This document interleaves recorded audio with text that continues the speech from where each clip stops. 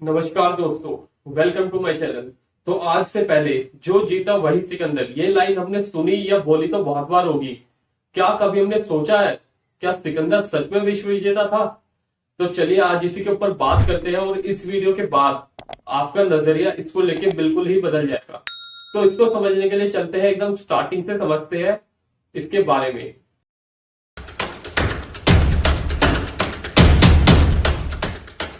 तो आज से लगभग 2500 से 2600 साल पहले हमारा देश जब 16 जनपद में बटा हुआ था, यानी कि आज हम बोल सकते हैं 16 स्टेट में बटा हुआ था, जो कि एक दूसरे से उस टाइम भिड़े हुए थे, बिल्कुल भी यूनिटी नहीं थी।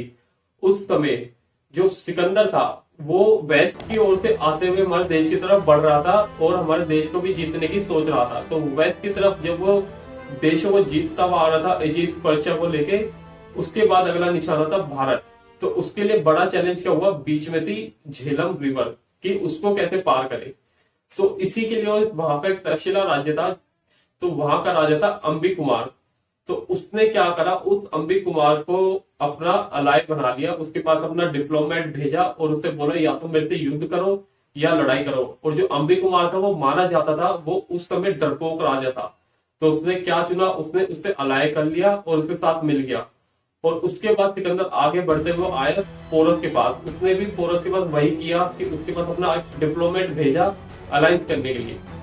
तो हुआ क्या, पोरस थे जो कि एकदम लंबे चौड़े 6.5 फीट के, उन्होंने बोला कि नहीं और युद्ध का निर्णय लिया। फिर दोनों में युद्ध का निर्णय हुआ और दोनों की सेनाएं आई झेलम रिवर के पास। एक साइड थी पोरस की सेना और दूसरी साइड थी अलेक्जेंडर की, और बीच में थी झेलम रिवर। और उसमें इतना घमंड था, वो सारे देश जीतते हुए आ रहा था, उसको लगा था क्या ही है पोरस, इसको भी सीधा हराते हुए सीधा निकल जाएंगे। तो इसी बीच क्या हुआ, जब दोनों की सेनाएं आई, जब अलेक्जेंडर ने देखी पोरस की सेना तो वो देख के हक्का बक्का रह गए, ये क्या।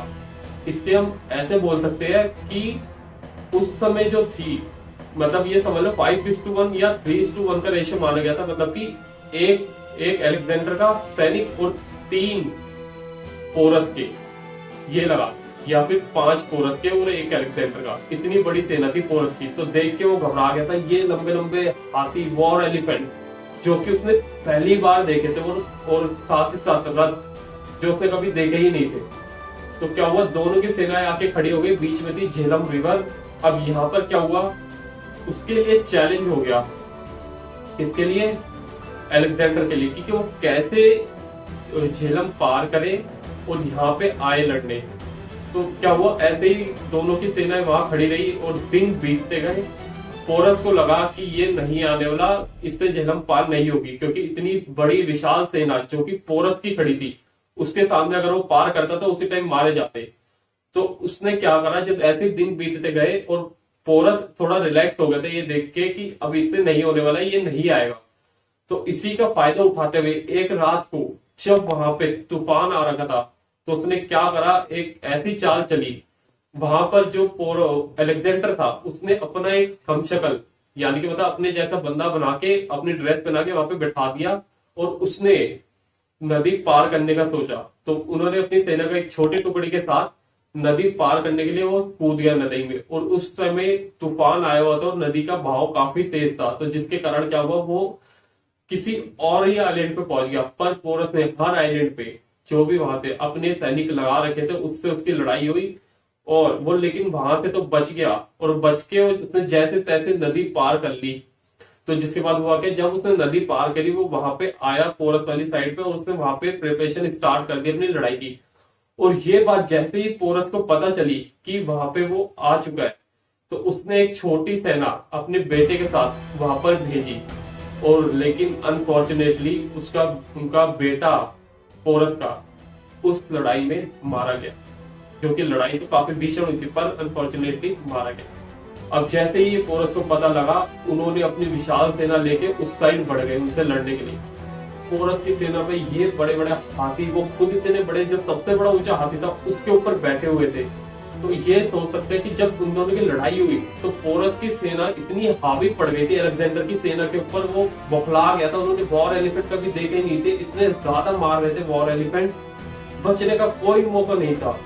और लेकिन जो अलेक्जेंडर है वो चालाक काफी था, तो उसके पास क्या थे, जो लड़ाके थे उसके पास एक स्टैंडिंग आर्मी थी। ये क्या था, स्टैंडिंग आर्मी का मतलब क्या होता है, जो कि प्रॉपर ट्रेंड आर्मी होती है। तो पोरस के पास क्या थे, एक स्टैंडिंग आर्मी नहीं थी, तो जिसका उनको डिसएडवांटेज हुआ। पर उनके पास से कम 150 से 200 वॉर एलिफेंट जिन्होंने तहस नहस मचा रखा था, और एकदम से वो इतने हावी पड़ गए थे उसके ऊपर, ये समझ लो सिकंदर हार गया था। पर बोलते ना एंड में क्या ही अनफॉर्चुनेटली हमारे साथ हुआ, उस समय वहां पे हो गई बारिश।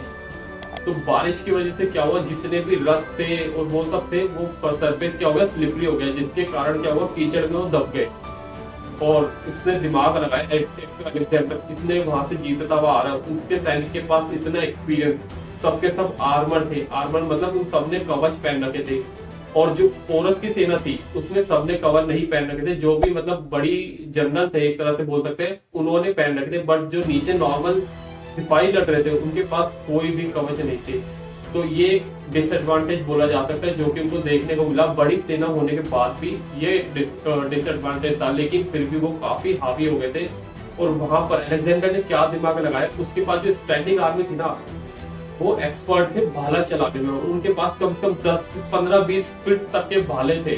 तो उसने दिमाग लगाया कि हाथी की आंख पे मारो, और जो उसको हाथी को चलाता है, जो कंट्रोल करता है, उससे कहा करते थे महावत, उसको मार दो। तो उन्होंने स्टार्ट क्या करा, हाथी की आंख में भाले मारने स्टार्ट करे, और जो उसके ऊपर महावत था उसको भी मार दिया।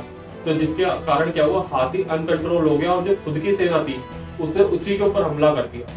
तो जिसके कारण क्या हुआ, जो पोरस था उसकी काफी सारी सेना मारी गई इस चक्कर में, और इससे उसे एज मिल गया अलेक्जेंडर को। और ऐसे ही ये युद्ध चलता रहा, लेकिन एक टाइम ऐसा आ गया जहां पर फिर पोरस की सेना थोड़ी हारने लग गई। तो पोरस को फिर समझाया गया कि नहीं, अब युद्ध रोक देना चाहिए और अलाय बन जाना चाहिए। तो उनके काफी कोई क्लोज फ्रेंड थे जिन्होंने उसे समझाया, फिर तब जाके वो माने और उसके पास गए। तो जब वो उसके पास गए तो एक बहुत ही फेमस डायलॉग है जो कि स्टोरी का बोला जाता है। जब उनके पास वो अलेक्जेंडर के पास गए तो अलेक्जेंडर ने पूछा, बताओ तुम्हारे साथ क्या किया जाए। तो उन्होंने वही बोला कि जो एक राजा दूसरे राजा के साथ करता वही मेरे साथ किया जाए। तो ये बात सुन के अलेक्जेंडर एकदम गदगद उठा, और उसने अलेक्जेंडर ने पोरस को जो भी उनका राज्य था सब कुछ वापस दे दिया, और जो उन्होंने और भी टेरिटरी जीती थी अलेक्जेंडर ने, वो भी पोरस को दे दी। तो सोचोगे यार, क्या इतना भीषण युद्ध हुआ था। ये समझ लो अब हमारी बुक में हमारे को क्या पढ़ाया जाता है कि पोरस वहां बस हार गए थे, बट एक्चुअल में ये नहीं था। अब देखो, ये युद्ध के बारे में तो हमने पढ़ लिया, ये खत्म हो गया, बट एक बात समझने वाली है, ये जो हमें हिस्ट्री मिली है ना, ये हमारी नहीं है, ये हमें मिली है जो ग्रीक हिस्टोरियंस थे, उनसे हमें पता लगा कि ये ऐसा कुछ युद्ध हुआ था जिसे बैटल ऑफ हाइडापेस बोला गया था। क्योंकि वो ग्रीक्स तो जो ग्रीक थे वो झेलम रिवर को ग्रीक में हाइडापेस बोला करते थे। उनसे हमें पता लगा गया कुछ ऐसा युद्ध हुआ था, और उन्होंने भी पोरस को एक महान राजा बोला था। जो कि सोच के देखो, जो हमारा दुश्मन है वो हमें महान राजा बोल रहा पोरस को, तो बहुत बड़ी बात होती है ये। तो एक तरह से इसमें भी डिबेटेबल है कि जो पोरस है, कई स्टूडेंट का मानना यह है कि पोरस उस लड़ाई में जीते थे। ऐसा क्यों? क्योंकि सोच के देखो, जो बंदा पूरा विश्व जीतने की चाह रखने वाला था वो भारत से कैसे लौट गया, और वो भी सिर्फ एक जनपद से ही लौट गया। तो इसके भी देखो 3-4 कारण बताते हैं कि उसकी लड़ाई में इतनी सेना मारी गई थी ना, उसमें इतनी हिम्मत ही नहीं बची थी कि वो आगे बढ़े। तो ठीक है, इस वीडियो को जो भी देख रहे हैं वो लाइक करे या नहीं, पर इसको ना शेयर जरूर करना ताकि लोगों को पता लगे। क्योंकि हम आज के बाद हम ये नहीं बोलेंगे जो जीता वही सिकंदर, हम बोलेंगे जो जीता वही पुरु। ठीक है, तो अब मिलते हैं अपनी आने वाली नेक्स्ट वीडियो में। तब तक के लिए बाय, जय हिंद।